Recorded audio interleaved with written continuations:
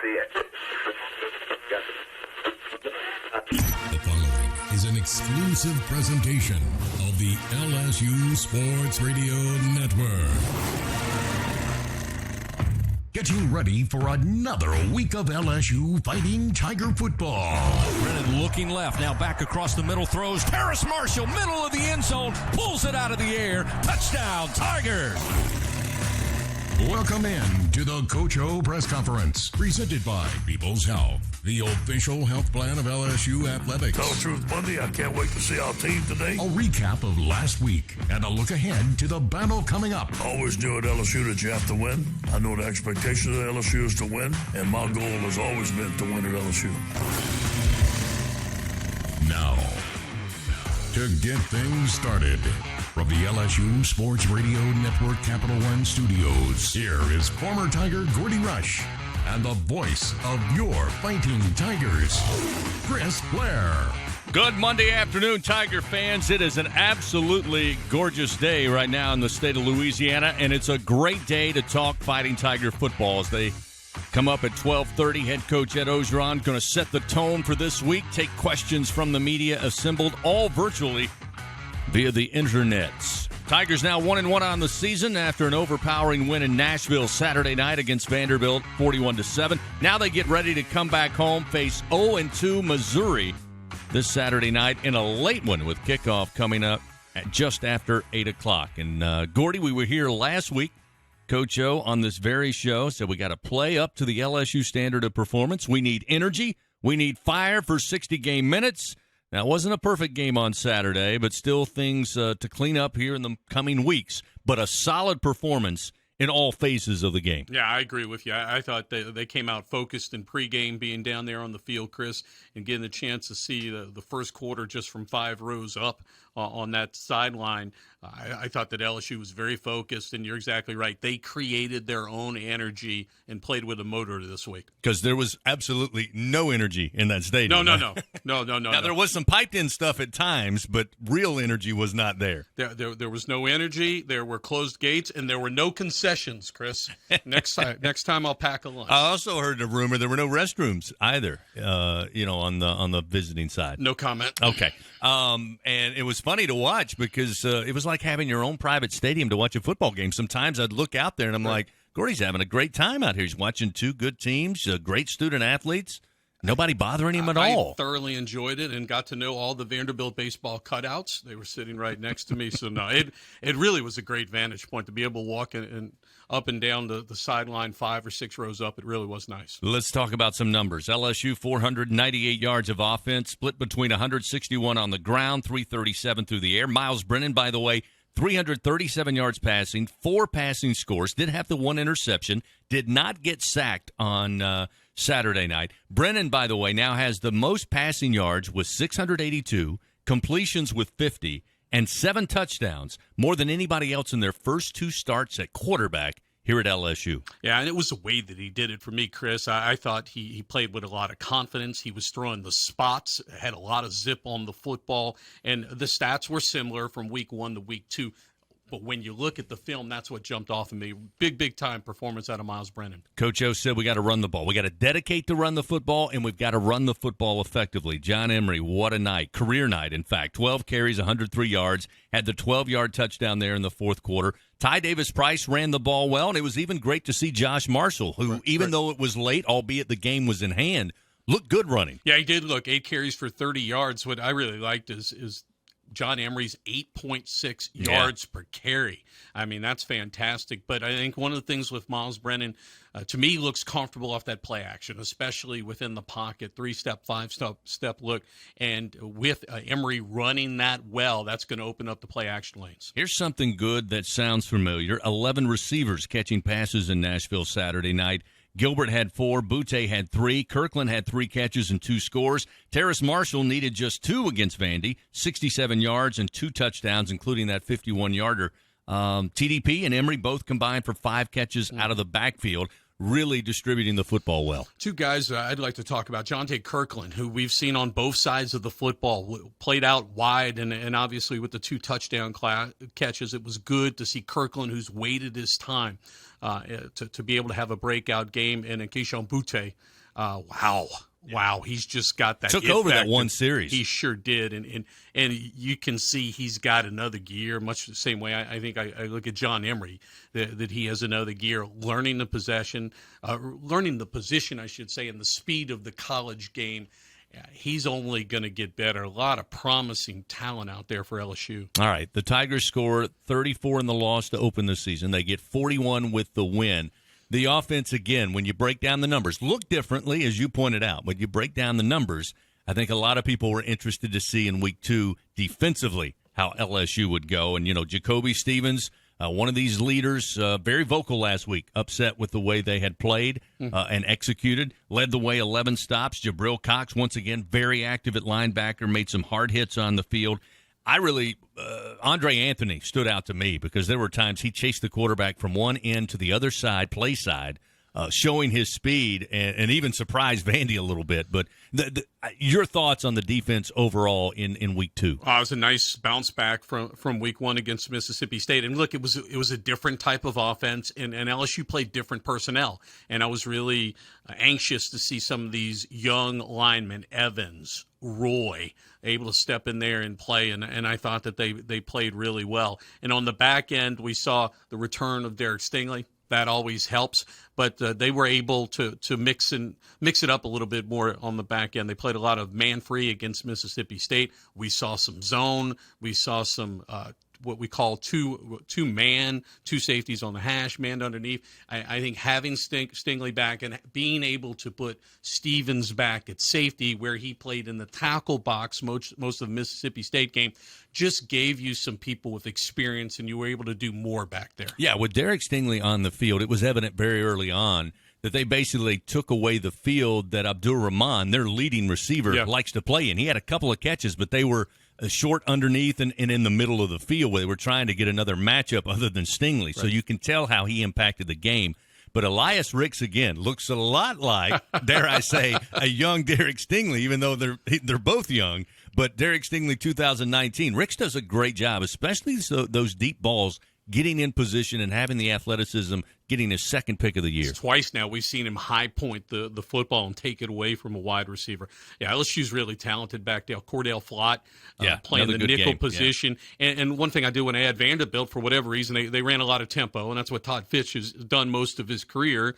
And you think that Vanderbilt maybe being undermanned, a tempo offense isn't the best alternative, but they did it.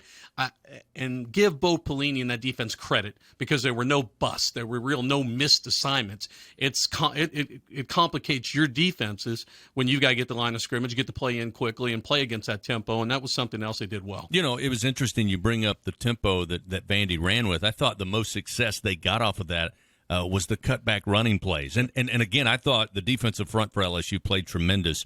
And I thought they played pretty well in week 1 as far as at the line of scrimmage. But I guess maybe that's one thing you're looking at if you're other teams now saying, all right, look, the little misdirection, they were able to get some creases. Now, again, LSU had the speed and talent to not allow huge, big run plays.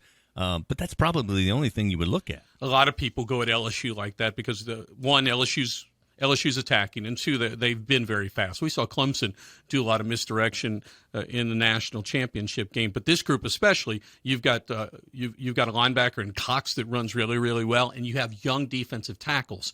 And one of the first things Chris, I think you do in that front 7 when you're playing your first couple snaps of college football, you over pursue. You're just very anxious. You want to get to the football, and you what you like to do, or you're taught, is to play inside out. Always stay a yard behind that running back, and there was a whole lot of over pursuing. The great thing is, I'm sure, Coach Orgeron and Coach Pelini, that's something they're going to address here Monday and Tuesday because they're going to see that all season. You're right. Absolutely. They'll see that on film, certainly from this past Saturday. I know special teams, it's close to your heart, Gordy. It's very close to mine as well.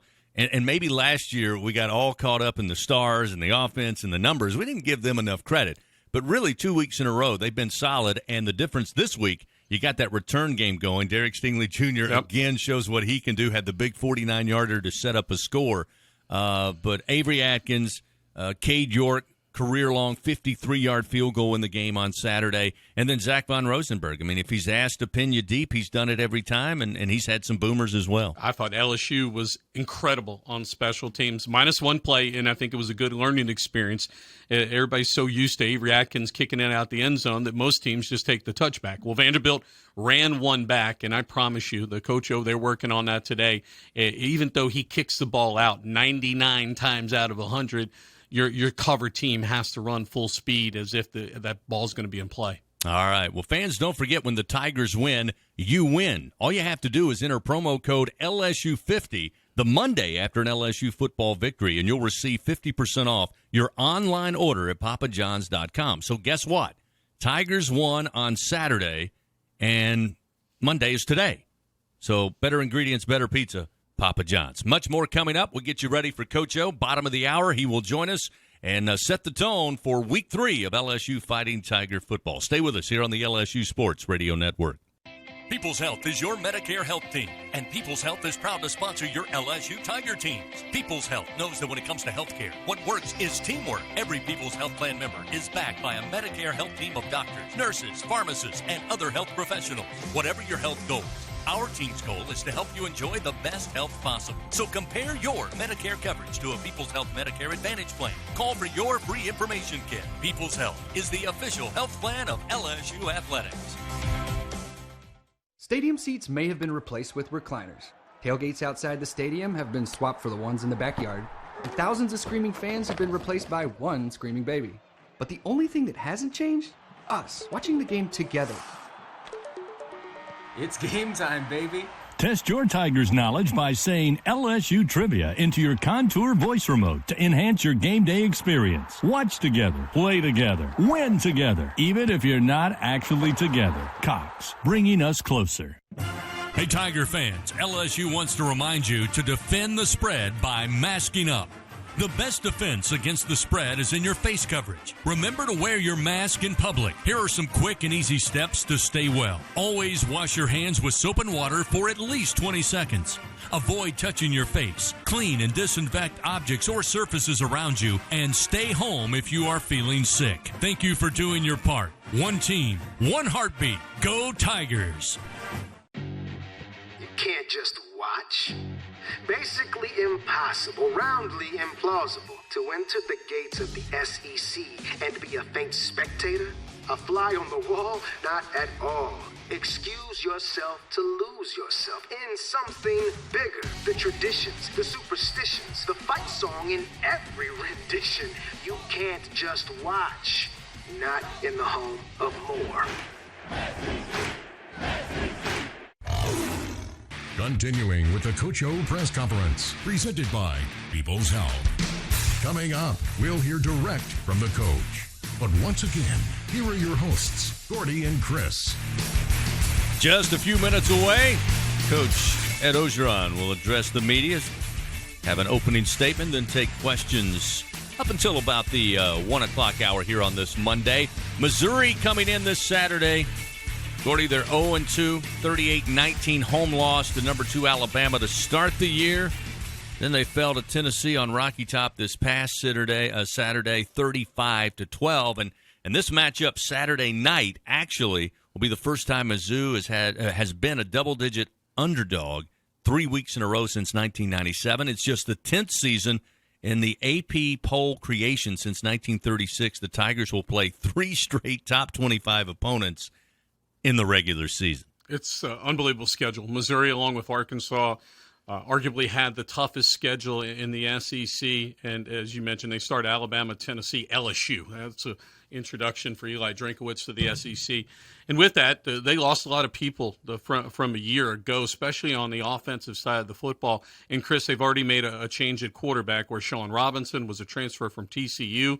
It was under belief that he was going to be the guy going forward for him, but they replaced him in week number 2 with, I hope I say this correctly, Basilak is a redshirt freshman that was in the program for a year. He was recruited by Barry Odom, and they've struggled offensively and been limited throwing the football this season, just 218 yards against Tennessee last week. Well, again, as you pointed out, welcome to the SEC, Coach Drinkwitz. Sunbelt, it ain't.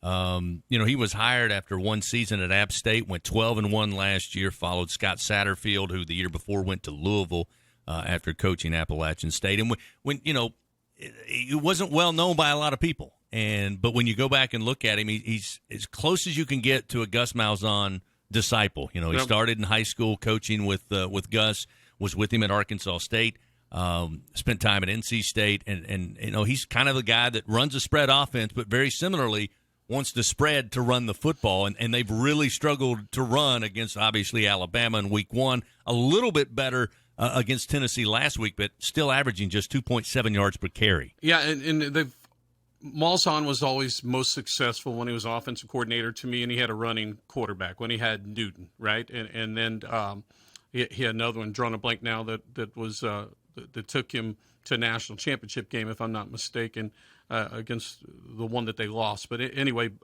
when you look at what they have personnel-wise, Larry Roundtree, this is his 3rd year at Missouri. Rushed over 700, actually his 4th year, over 700 yards for 3 years in a row. Here's an established tailback, but it's a quarterback position that they haven't gotten started. Both quarterbacks a week ago, just actually 7 net yards on 11 carries. And again, if you're going to be a spread the run team, your quarterback has to be a threat to run the football. Defensively, Ryan Walters, the defensive coordinator, actually had been the safeties coach, I believe, 4 or 5 years under Coach Odom. He was held over by Coach Drinkwitz and made now the defensive coordinator. And, yeah, I mean, they took on Alabama, and you got to have a really good defense if you're going to slow them down. It was interesting watching some of the cuts and highlights from this past Saturday. And, again, I think there's a lot of question marks with Tennessee. How good are they? Yeah.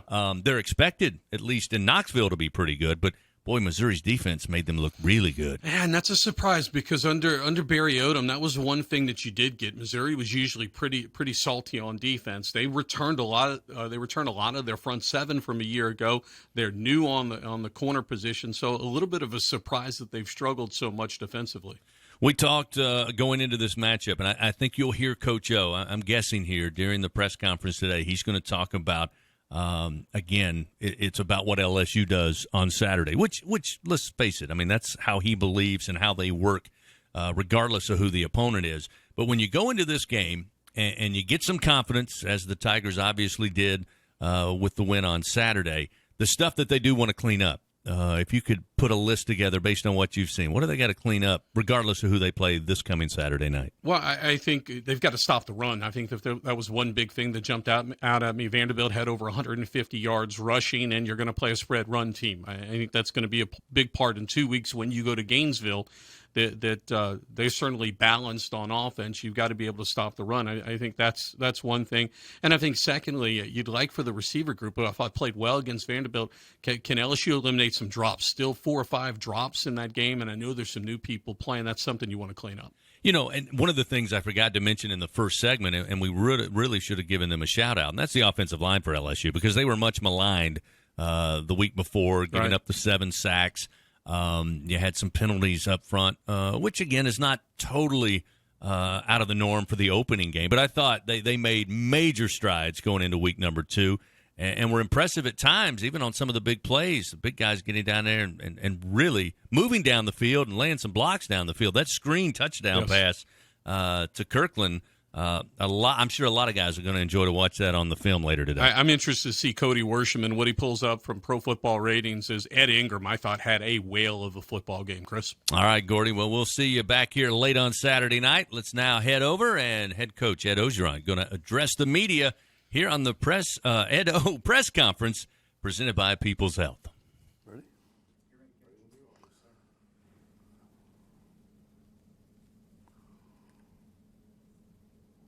Brennan, we ready to go? Yes, sir. Okay, guys. Tell the Truth Monday, really pleased with the performance of our football team. Went on the road to get a victory against Vanderbilt. We did it. A lot of players played very well.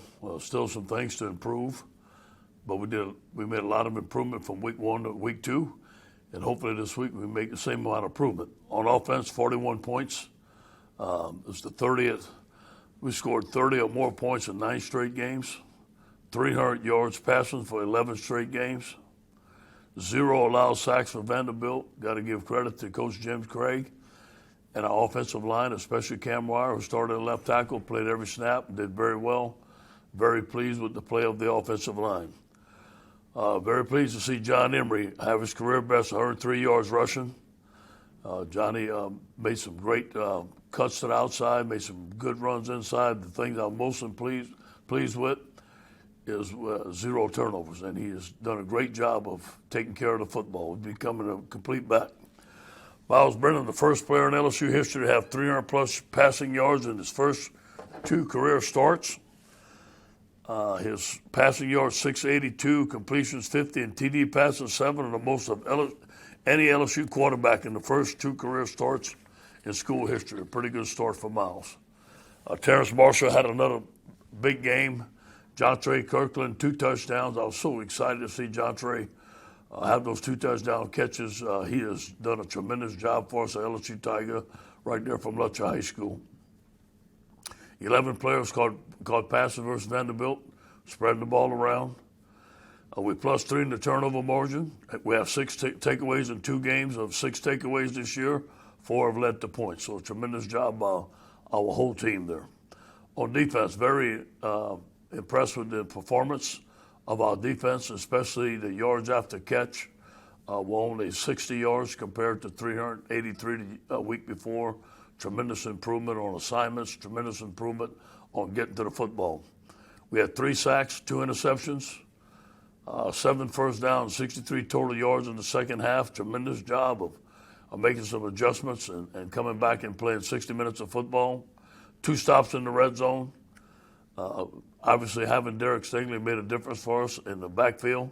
Flott had 4 tackles, 2 tackles for a loss.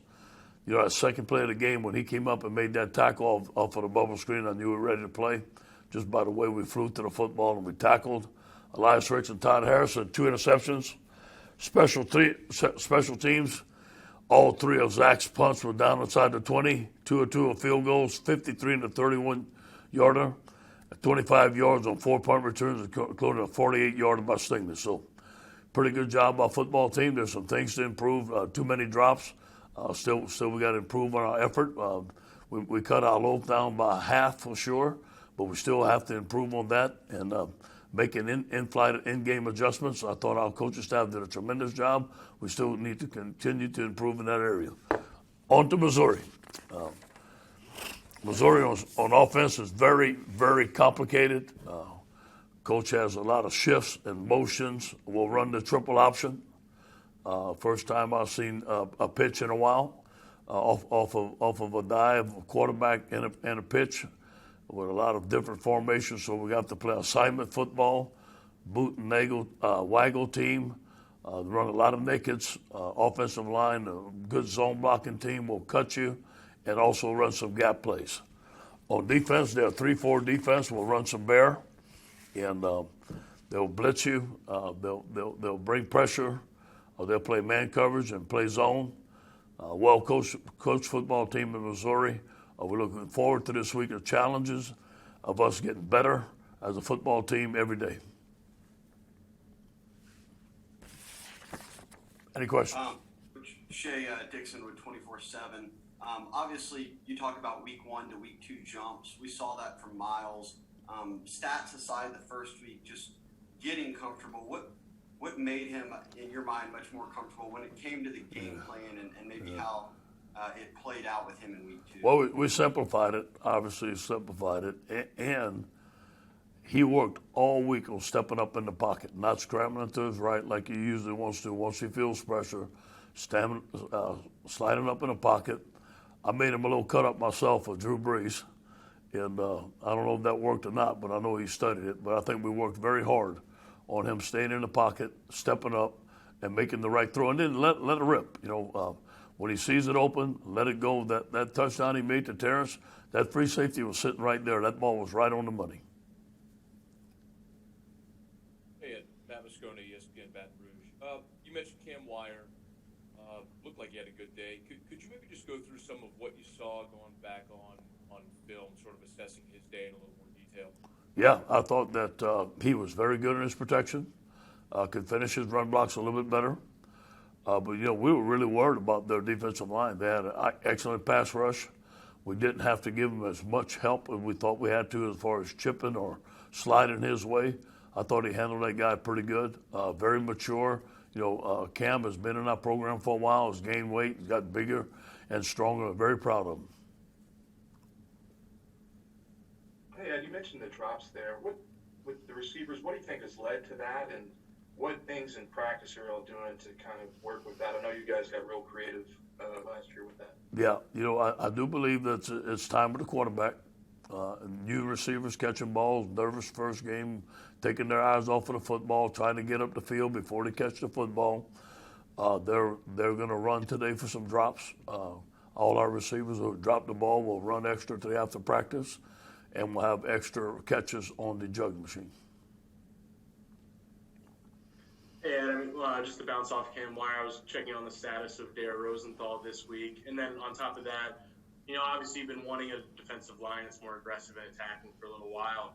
I guess how pleased are you 2 games into the season about how far LSU's come in that sense? Yeah, well, first of all, it's fun to watch. It's fun to be part of. It's fun, Travez Moore gave us a good pass rush. B.J. Ojulari.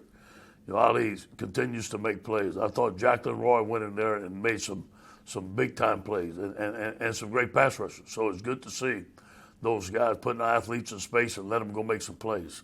I really like that. I think Darren's going to play this week. I think that he was questionable going up to game time, but he couldn't do it. Hopefully that he can start practicing this week. I'm not sure that he can yet. I think he will be, and also available this week will be Chris Curry. Chris could not play last week because of an injury. And talking to Jack today, we feel like that he better go this week, and hopefully he's available. Hey, Coach. Glenn West with LSUSI. It was a big week for you guys on the secondary and just kind of the improvements from the younger guys. Can you talk a little bit about just what you saw from guys like Elias and Cordell in their Week 2 performance, and maybe how Derek Stingley his presence kind of helps those guys? Yeah, I think Derek Stingley's presence helped everybody, including me, to be honest with you. And it gave us a lot of confidence. He's one of the best players in America. I also took the pressure off of Elias. It took the pressure off of Cordell. But you know what? That was their first time playing that many snaps in a game. And so their second game, I think there was less nerves. They were more assured of the things that they had to do. I think they just stuck to the technique, didn't give up any big plays, which I was very, very pleased with.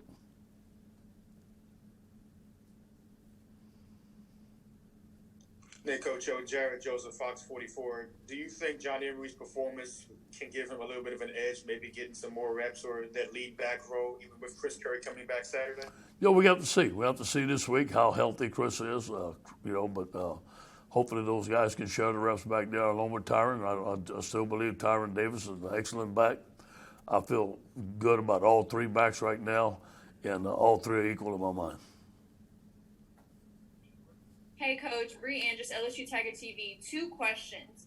So, one, what breakout players have you seen so far that maybe you weren't expecting, that you didn't really think were going to be this good, in fall camp and practice? And then 2, what big differences have you seen with your offense and your defense that you didn't see against Mississippi State? You got to look at a guy like Ali Gay, who had a tremendous camp, but, hadn't made any plays for us, and never can tell how they're going to play in the game, but he's played excellent last 2 games. Now, he's got some things to work on, but he's a name that comes to mind right away. And, Jabril Cox, who we didn't see, but didn't surprise me, was having an outstanding year. It was good to have Todd Harris back. Good to see him get that interception. He looked healthy. And what was your second question? Second question was, what's the big differences that you saw on your offense and your defense in Vanderbilt that you maybe didn't see in Mississippi State? We played more zone. We didn't give up as many big plays. We didn't have as many busts as we did in the first game. We didn't have as many missed assignments or got beat just one-on-one. We rarely got beat one-on-one. Now, that had something to do with Mississippi State and their scheme. I understand that, but it looked like we were more settled down. We gave the quarterback a lot more time in the pocket. We had no sacks compared to 7 sacks. So that was the biggest improvement.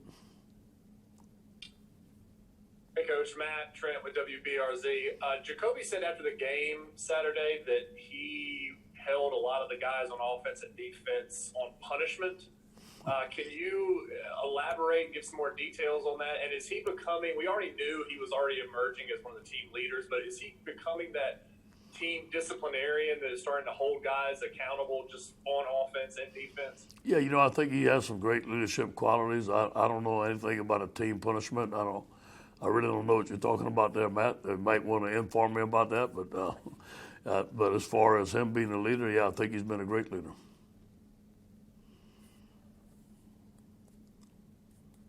Hey, Coach O, Garland Gillen, Fox 8 in New Orleans. I know we saw with Miles about waiting your turn, and I know there's some other guys on your team that maybe had a chance to transfer but just stayed in the program. What does it say about Jonte Kirkland that he's kind of stayed in the background? I know he's been on special teams, but he's a senior, and he's finally getting his due there, especially against Vanderbilt. Yeah, perseverance. And Jonte has come to work with a smile on his face every day. And like I said, a lot of times, Jonte is like one of my sons. I'm so close to him and his family, and him being from Butcher and recruiting him. He's an outstanding young man. And there's no one that wants him to have more success in the program than we all do. And it's good to see it, but he's waited his turn. We tried to get him the ball in his hand, playing Wildcat, tried to play it on defense. But you know what? He kept on telling me, Coach, I want to play receiver. I'm going to be a darn good receiver. And he sure is. I hope he has a great senior year. Hey, Ed. Wilson Alexander from The Advocate. Cade went through like a small slump last year, but he said it might be kind of an open competition during preseason. But he started the year now 4 for 4 and hit that career-long 53-yarder, just nailed that kick. How much confidence do y'all have in him at kicker at this point? A lot of it, and to be honest with you, I'm glad he's kicking well because Preston was right on his tail, and there was some competition in camp. And the young man we have right behind him is an excellent field goal kicker, and I'm glad to see that Cade's doing well. Cade knows that he has to perform well, and he's done well so far. I think he's bigger and he's stronger. He's more confident. He got to face it. Last year he was a freshman, and it's hard for a freshman to come in the SEC and not be nervous. But I think this time he has his steps down, he has his routine down, and he's more confident.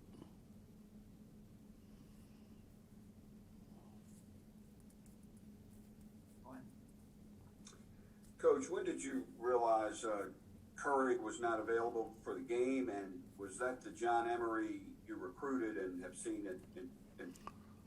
Yeah, we were hoping all the way till up to game time that maybe Chris could go. Although he didn't practice, we thought that maybe he better come around and Saturday maybe give us some snaps but Jack said he couldn't play, so I listened to Jack. He couldn't play.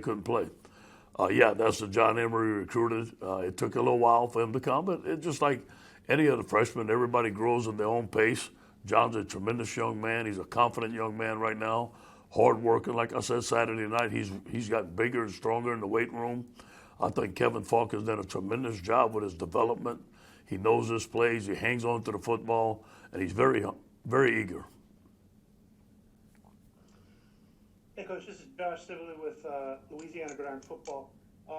How much of an advantage is moving Andre Anthony back down to defensive end with that pass rush and having his hand back in the dirt? Yeah, he was kind of like a tweener in the 3-4. He wasn't a 4 technique, but he wasn't that outside linebacker type. And the 4-3, he's perfect. I think he's a good end. He's very smart. He does a lot of things for us. Plays very hard, makes plays.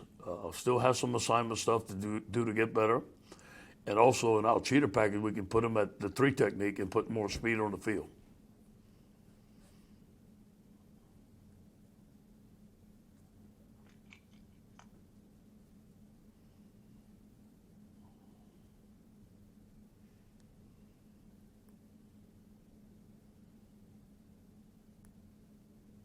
Hey, Ed, it's Matt Moscone again, ESPN Baton Rouge.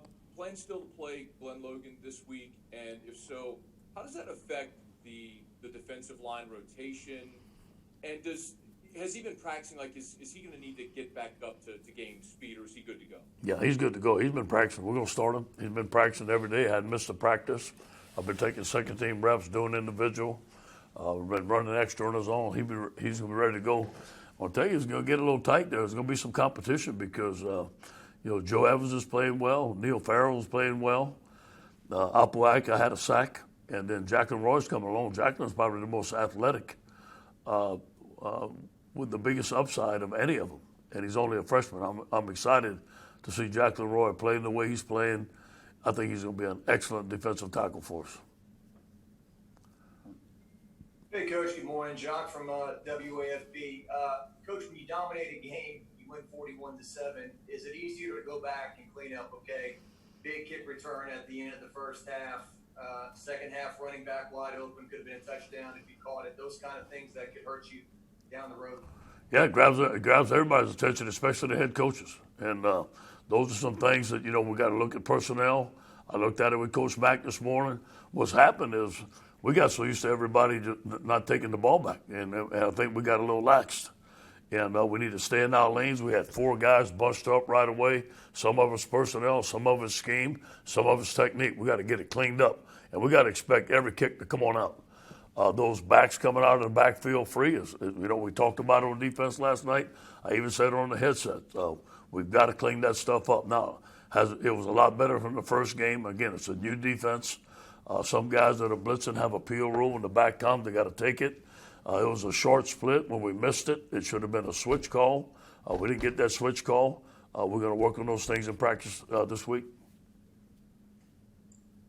Hey, Coach, just curious, you talked about some of the adjustments that everybody's kind of making, playing with more confidence. Do you feel like your team is kind of getting back on schedule? Obviously, you lost the non-conference games, but do you feel about right for where you would be in a season in week 3 now? Yeah, winning makes you feel good, it makes you confident, but you always got to look at your competition. And we all know that the competition is going to be a lot stiffer coming down the road very fast.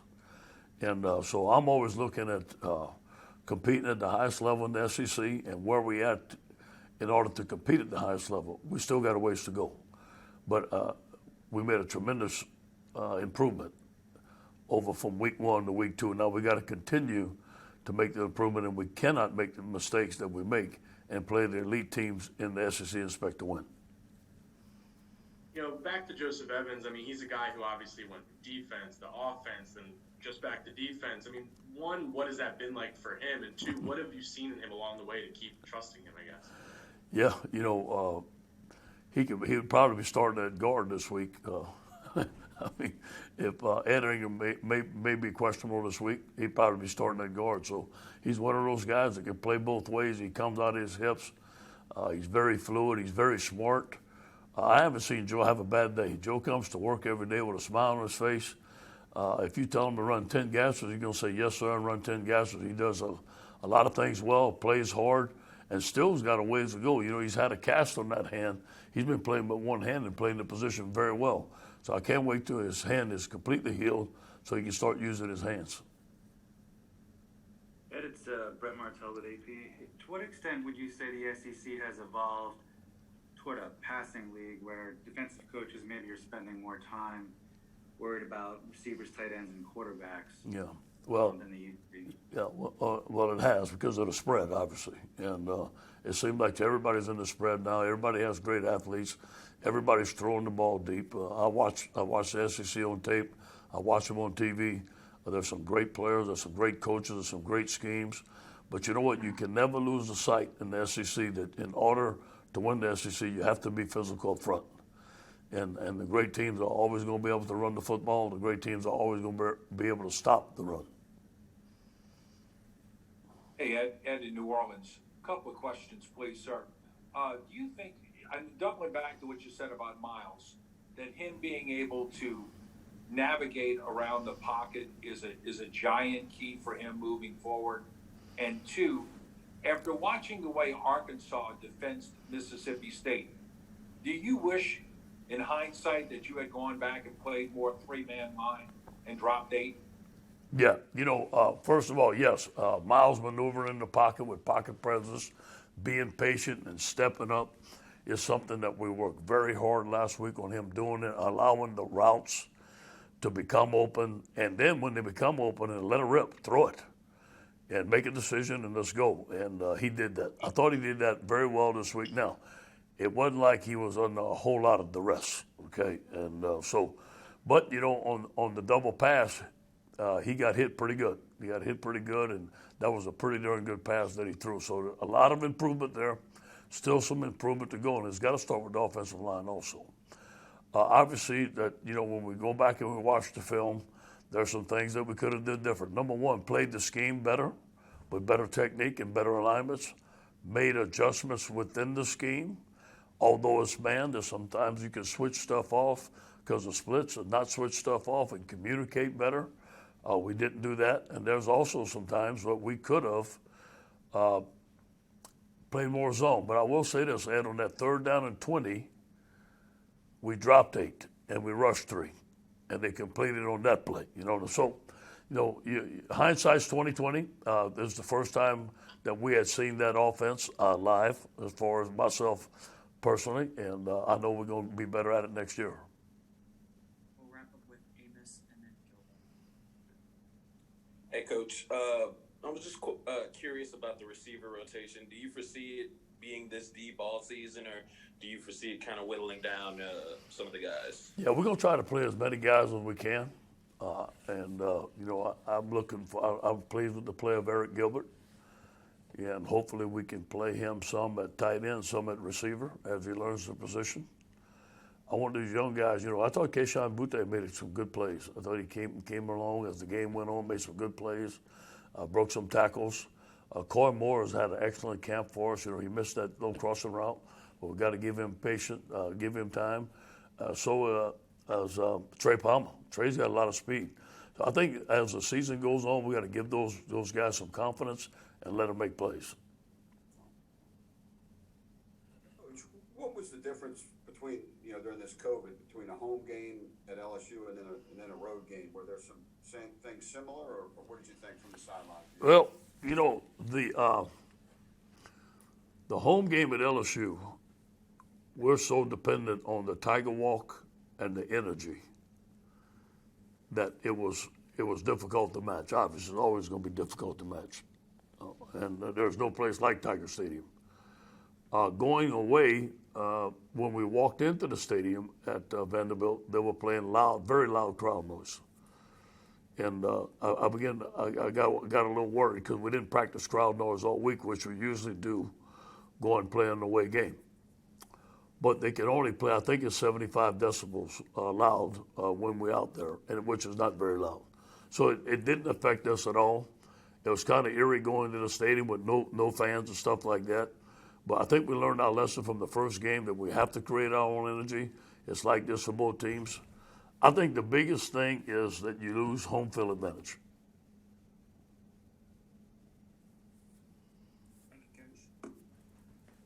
All right, guys.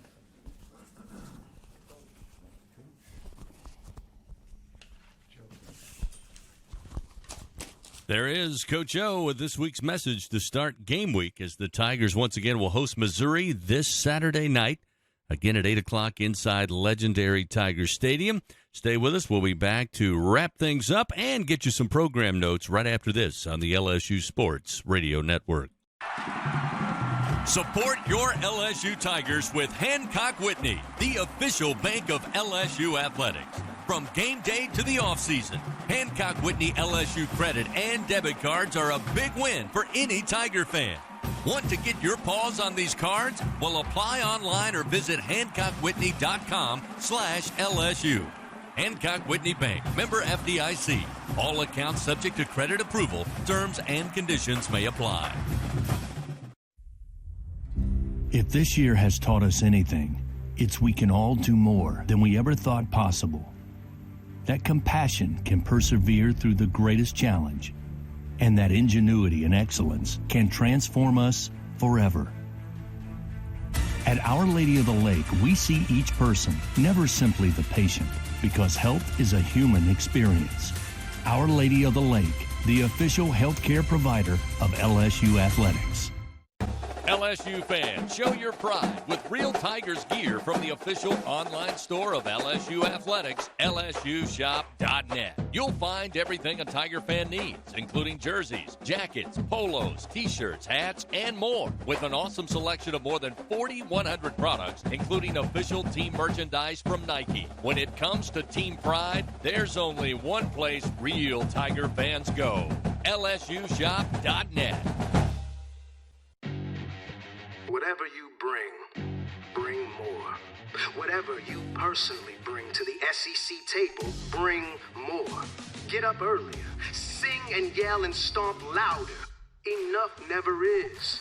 Not here. Between the magnolias and the azaleas, legends and lore regale us, downright implore us. Bring everything you got, and then bring more. Back to wrap up today's Coach O press conference, presented by People's Health. Once again, here is Chris Blair. Mizzou comes to Baton Rouge this weekend to face your Fighting Tigers at 8 o'clock Saturday night in Death Valley. Media had their chance today. It's your chance to talk with the coach coming up Wednesday night, 7 o'clock on the Ed Orgeron Show, presented by Hancock Whitney, live from TJ Ribs. Then on Saturday evening, our MVPs, Brandon Taylor, Marlon Favorite, and Hunt Palmer, crank up the coverage with LSU Game Day beginning at 6 o'clock. And later, former Tigers Doug Morrow and Gordy Rush will join me for the play-by-play action of Missouri and LSU just after 8 o'clock. That's going to do it for us on this week's Coach O press conference. Thanks as always to Gordy Rush and to you for tuning in. This is Chris Blair saying so long, everybody. Have a great week, and go Tigers.